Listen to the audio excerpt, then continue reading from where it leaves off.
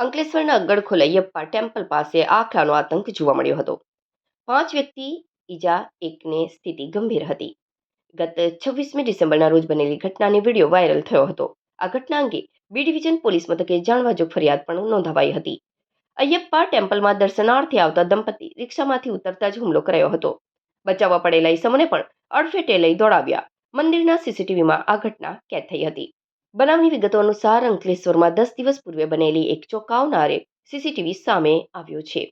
ગત 26મી ડિસેમ્બરના રોજ સાંજે ગડખોલ ખાતે આવેલ અયપ્પા ટેમ્પલ દક્ષિણ ભારતીય દંપતી સાંજે કલાકે રિક્ષામાંથી ઉતરી દર્શન તેમજ ચાલી રહેલા ઉત્સવમાં ભાગ લેવા માટે મંદિર તરફ આવી રહ્યા હતા. તે દરમિયાન ત્યાં ઉભેલા આખલાએ અચાનક દંપતી પર હુમલો કર્યો હતો. પ્રથમ મહિલાને ભેટી મારી પાડી દીધી હતી, જેને બચાવવા માટે તેના પતિએ પ્રયાસ કરતા તેને પણ ટક્કર મારી દીધા હતા. ત્યારબાદ પુનઃ મહિલા પર હુમલો કર્યો હતો. આમ ને આમ તેમના પર 3 વાર હુમલા ચાલુ રાખ્યા હતા. આ દરમિયાન એક બાઇક ચાલક ગાડી ઊભી રાખી બચાવવા માટે દોડી આવ્યો હતો, તો અન્ય લોકો પણ દોડી આવ્યા હતા.